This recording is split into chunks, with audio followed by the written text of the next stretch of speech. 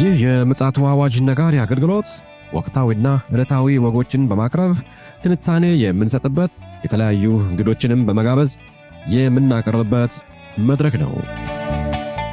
መረጃዎችን ያጠናከረ ይዞልን የሚመጣው ፓስተር አለማየሁ ነሙ ሲሆን ፕሮግራሙን የመራና መሰናዶውን ኤዲት በማድረግ ወደ እናንተ የሚያቀርበው ይልቃል አስራት ነው። መልካም ጊዜ። ሻሎም ሻሎም። ውድ የተከበራችሁ የምፅዓቱ አዋጅ ነጋሪ አድማጮቻችንና ታዳሚዎቻችን ሰላም ለእናንተ ይሁን። እንዴት አመሻችሁ? የሰኞ የምሽቱን ደግሞ ይዘን ወደ መጣነው መረጃ እናመራቸዋለን። ይህን መረጃ ደግሞ የምትሰሙ ወገኖች በአሁኑ ሰዓት በዓለማችን ዙሪያ እየተከናወነ ባለው ጉዳይ በከፍተኛ ደረጃ መነጋገሪያ የሆኑ ርዕሰ ጉዳዮች እየተሰሙ ይገኛሉ። በተለይም ደግሞ ያልተለመዱ የሆኑ እንቅስቃሴዎች ስንመለከት ምንድነው ለኛ የሚሰጠን ውጤት የሚለውን እንድንረዳ ፓስተር አለማየሁ እንግዲህ መረጃውንም እንዲሁም ደግሞ የቃሉንም ትንታኔ ይዞልን መጥተዋል። መልካም ጊዜ እንደሚኖረን ተስፋ አደርጋለሁ። ይልቃል አስራት ነኝ ከምፅዓቱ አዋጅ ነጋሪ አገልግሎት።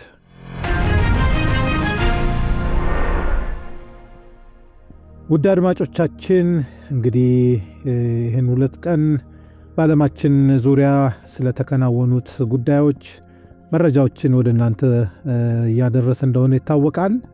ዛሬም እንግዲህ መረጃዎችንም ወደ እናንተ ለማምጣት ደፋ ቀና እያልን ነው።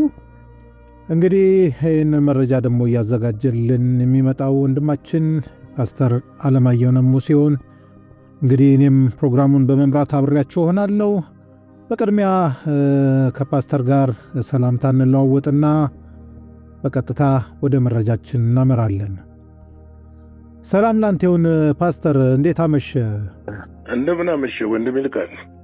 እግዚአብሔር ይመስገን። ዛሬም እንግዲህ አገልግሎት ነበረ። በሰላም እንግዲህ መታሃል። ትላንትም ዛሬም እንግዲህ ለአድማጮቻችን መረጃዎችን በማምጣት እየተጋ ትገኛለህ። እስኪ ደግሞ ዛሬ ምን ተገኘ በዓለማችን ዙሪያ? ዛሬ እንግዲህ ከትንቢቱ ፍጻሜዎች የሆኑ ካሉ ነገሮችና በተደጋጋሚ በዓለማችን ላይ የተከሰተ ያለው የመሬት መናወጥ በተለይ ደግሞ ከቅርብ ጊዜ ወዲህ እንደምታውቀው በሀገራችን እየተደጋገመ እየተከሰተ ነው ያለው። እኛ ትናንትና በዓለም ዙሪያ ባለው በተጠመንበት ሰዓት ከምሽቱ ማለት ነው እሑድ ምሽት ትናንትና 5:05 ላይ በሰሜን ኢትዮጵያ አፋር ክልል ጫፍ ላይ የመሬት መንቀጥቀጥ ደርሷል። ከፍተኛ ነው የሚባለው፣ ግን ያው ምንም እንደው 4.5 ነው በሬክተር ስኬል መለኪያ። ነገር ግን እሱ ሳይሆን ቀጣይ ሊከሰቱ የሚችሉ ነገሮችን ነው የአሜሪካ የጂኦሎጂ ሰርቬ በወጣው መረጃ መሰረት ማለት ነው። እና ይሄ ክስተት የተከሰተው በከርሰ ምድር ውስጥ 10 ኪሎ ሜትር ጥልቀት ላይ ነው። እና ጥልቀት ላይ ነው እንግዲህ ከዚህ በፊት ያው ፈንድቶ ወጥቷል የሚል እፎይታ ነበረ። ባለፈው ከኤርተሌ የተወሰነ ኪሎ ሜትር ርቀት ላይ አንድ ጋራ ላይ ፈንድቶ ዓለምን በጭስ እስከ መሸፈን ድረስ የደረሰ ጉዳይ እንደነበረ ይታወቃል። ነገር ግን አሁን ላይ ያለው እንቅስቃሴ በሙያው ላይ እውቀት ያላቸው በዚህ በጂኦሎጂ ሰርቬ ላይ የሚሰሩ ሰዎች እንደሚሉት ገና ነው የሚል ነገር አለ። ምናልባትም አስጊ ሊሆን ይችላል የሚሉ ነገሮች አሉ። እንግዲህ ይሄ የመሬት ርዕደ መሬት ኢትዮጵያ ላይ ከዚህ በፊት በእድሜያችን ብዙ ሰምተን አናቅም። እኔ ሐዋሳ በነበርኩበት ጊዜ ከዛሬ 10 ዓመት በፊት ሐዋሳ ላይ ለ5 ቀናት እንደዚህ ተከታታይ እንደሆነ አውቃለሁ። የመጀመሪያው የሰማሁት ማለት ነው። እና አሁን ግን በተለይ በሰሜኑ ክፍል እየተደጋገመ ነው የተከሰተው። ይሄ ክስተት ትኩረት ሊሰጠው የሚገባ ነው የሚሉ ወገኖችም አሉ። በጣም ትኩረት አልተሰጠውም የሚሉ ነገሮች አሉ። እንግዲህ በትናንትናው ዕለት የተከሰተው ክስተት በአፋር ክልል መነሻው አፋር ክልል ይሁን እንጂ ማለትም በዙሪያው ባሉ ሀገሮች ማለትም በትግራይና በአማራ ክልል ከፍተኛ እና ዝቅተኛ መጠነኛ የሆነ ቀላል ደግሞ ትንሽ የሆነ ንዝረቶች ተሰምተዋል። እነዚህ ንዝረቶች ቀላል የተባሉት ንዝረቶች በተወሰኑ ከተሞች የተሰማ ሲሆን ደግሞ ትንሽ ጠንከር ያለ ንዝረትም የመሬት መንቀጥቀጡ በተከሰተበት ሰዓት የተሰማባቸው አካባቢዎች አሉ። አንዱ በኤርትራም ተሰምቷል። እንግዲህ አልፎም ኤርትራም ተሰምቷል። እንግዲህ ዶሎና ኢዳጋ ሐሙስ የሚባሉ መጠነኛ የሚባሉ ወይም ደግሞ መካከለኛ የሆነ ንዝረት ተሰምቷል። እንግዲህ አዲግራት፣ መቀሌ፣ አባይ አዲ እና ማጮት እንደዚሁ ማጮት ሳይሆን ማጮት ትግራይ ውስጥ ነው ያለው። በእነዚህ አካባቢ ደግሞ መጠነኛ የሆነ እንደዚሁ ቀለል ያለ ንዝረት የተሰማ እንደሆነ ታውቋል። እንግዲህ የአሜሪካ ጂኦሎጂካል ሰርቬይ እንደገለጸው ከአዲስ አበባ 548 ኪሎ ሜትር ርቀት ላይ በሚገኝ ቦታ እንደደረሰ ግን ምንም አይነት ጉዳት አለማድረሱንና በቀጣይ ግን ይሄ ውስጥ ለውስጥ 10 ኪሎ ሜትር ጥልቀት ላይ እየተጓዘ ያለው ቮልካኖ የሚሉት እነሱ በእነሱ አጠራር በእነሱ ቋንቋ ማለት ነው። ቮልካኖ የሚሉት ምናልባትም ከፍተኛ የሆነ ፍንዳታዎች ወይም ደግሞ የመሬት መንቀጥቀጦች ርዕደ መሬት ሊያስከስት ይችላል የሚሉም ወገኖች አሉ። እንግዲህ ይህንን ነገር ስንመለከት ዛሬ ብቻ አይደለም። እንግዲህ ባለፈው ዓመት ታስታውስ ከሆነ በ2017 ጀምሮ በ2018ም በተደጋጋሚ ነው እነዚህ ክስተቶች እየተከሰቱ ያሉት። በቅርብ ፍንዳታው እስከፈነዳበት ጊዜ ድረስ በተለይ ደግሞ በትግራይ በዚህ በአማራ ክልል በአፋር ክልል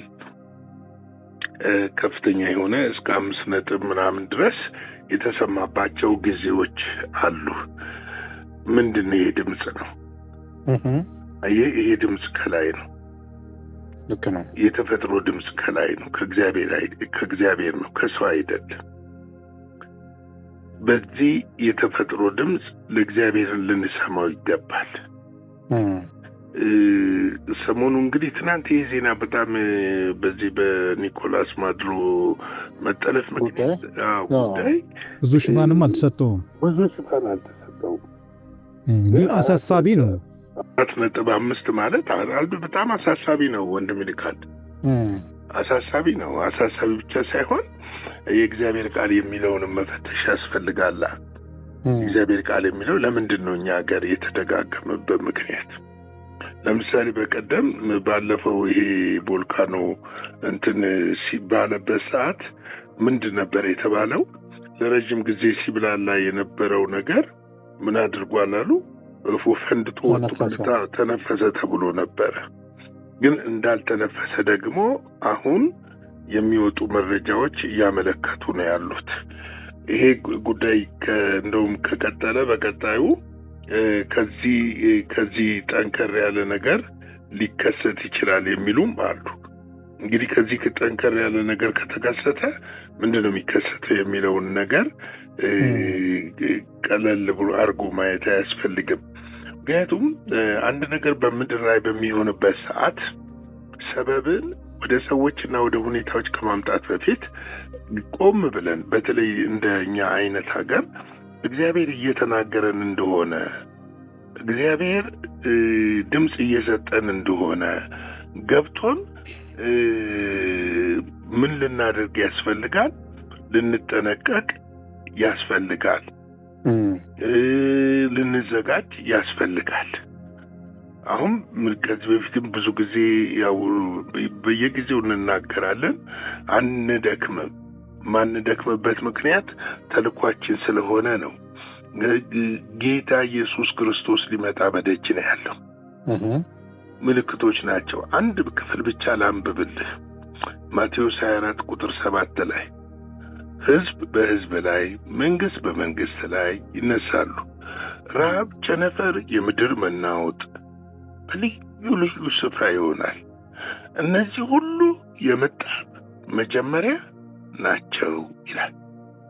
የምጣር ምንድን ናቸው? መጀመሪያ ናቸው። እንግዲህ የመሬት መናወጥ በልዩ ልዩ ስፍራ ስንሰማ ስናይ፣ እኛም ጋር ሲደርስ ደግሞ ቆም ብለን አስበን እየሆነ ያለው እግዚአብሔር እያወራ ነው። ዓለምን እያወራት እኮ ነው እግዚአብሔር። በቅርቡ ታስታውሳለህ፣ ጎርፍ፣ በብዙ የበረዶ ውሽንፍር፣ ጎርፍ፣ ርዕደ መሬት ምናምን እንዴት እንደተከሰተ እያወራን ነው እግዚአብሔር። ስለዚህ ፊታችንን ወደ እግዚአብሔር ልንመልስ ነው የሚገባው። ምክንያቶች አያስፈልጉንም። የወንድሜ በደል የኔ በደል ነው ልንል ያስፈልጋል። ነህምያ እኮ ስለ ቅጥሩ መፍረስ በተነገረው ጊዜ ምንድን ነው ያለው? የኔና የአባቴን ቤት ኃጢአት ይቅር በል ነው ያለው እንጂ አይመለከተኝም አላለም። እኔ በንጉሥ ቤት ስላለው፣ ተመችቶኝ ስላለው፣ ደልቶኝ ስላለው አይመለከተኝም አላለም። ስለዚህ ይሄ ጉዳይ እጅግ አሳሳቢ ጉዳይ ስለሆነ የእግዚአብሔር ድምፅ ነው። እንግዲህ ዓለም በተለያየ መልኩ እየተናወጠች ነው። በነገው ዕለት በተለያዩ ዘገቦች እንመጣለን። በጦርነት እየተናወጠች ነው። አሁን ዓለም አስፈሪ አደጋ ላይ ነው ያለችው። መስቀለኛ መንገድ ላይ ነው ያለችው። ብዙ ፖለቲከኞች፣ ብዙ ወታደራዊ ጠበብቶች ይህን እያሉ ነው። ቀጣዩ ምን እንደሚሆን የማናቅበት ሰዓትና ጊዜ ላይ ነው ያለነውና በእግዚአብሔር ፊት መውደቅ፣ ራስን ማንጻት፣ ከክፋት፣ ከተንኮል፣ ከጥላቻ፣ ከመጥፎ ነገሮች ራስን መጠበቅ፣ ለሚያልፍ ዓለም ብለን ህይወታችንን ከመሸጥ መጠበቅ ይኖርብናል እላለሁ። ጌታ ኢየሱስ ይባርካችሁ። ላይክ፣ ሼር፣ ሰብስክራይብ ማድረግ አይረሳ። ሻሎም። እግዚአብሔር አብስቶ ይባርክ ፓስተር። በእውነት እጅግ አሳሳቢ ወቅት ላይ ነው ያለ ነው። በተለይ ደግሞ ይሄ ፈረንጆቹ 2026 ከገባ በኋላ የሚሸተው ሽታ በጣም ጥሩ እንዳልሆነ መረዳት ይቻላል። በተለይም ደግሞ ይሄ ጦርነቱ የተፈጥሮ አደጋውም ጭምር ሳይሆን የዚህ አርቲፊሻል ኢንተለጀንስ መጎልበት ራሱን የቻለ ምልክት እያሳየን ስለሆነ እንግዲህ ውድ ወገኖች በጣም ንቁና ዝግጁ ሆነን መጠባበቅ እንዳለብን ፓስተርም አሳስቦናል በቃሉም አማካኝነት።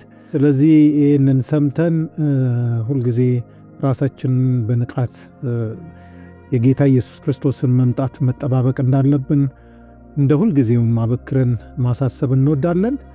ውድ አድማጮቻችን እንግዲህ ለዛሬ ምሽት ይዘን የመጣነው መረጃ ይህንን ይመስላል። በነገው ዕለት ደግሞ ፓስተር እንዳለን እንግዲህ በአዲስ መረጃ ደግሞ የምንመለስ ይሆናል። እስከዚያው ድረስ ሁላችንም በጸሎት በምልጃ እንዲሁም ደግሞ ያልዳኑ ወገኖቻችን ቤተሰቦችም ሊሆኑ ይችላሉ፣ እነሱን ደግሞ እንደ እግዚአብሔር ቃል መድረስ እንዳለብን ማሳሰብም ጭምር እንወዳለን። እንግዲህ ለዛሬ ይህንን ነው ይዘን የመጣ ነው። መልካም ጊዜ ይሁንላችሁ። እግዚአብሔር አምላክ አገራችንን ይጠብቅ። ሻሎም። ለዛሬ ይዘን የመጣነው ወቅታዊ መረጃ ይህንን ይመስል ነበረ። በሌላ ጊዜ በሌላ መሰናዶ እስከምንገናኝ ሰላም ለእናንተ ይሁን።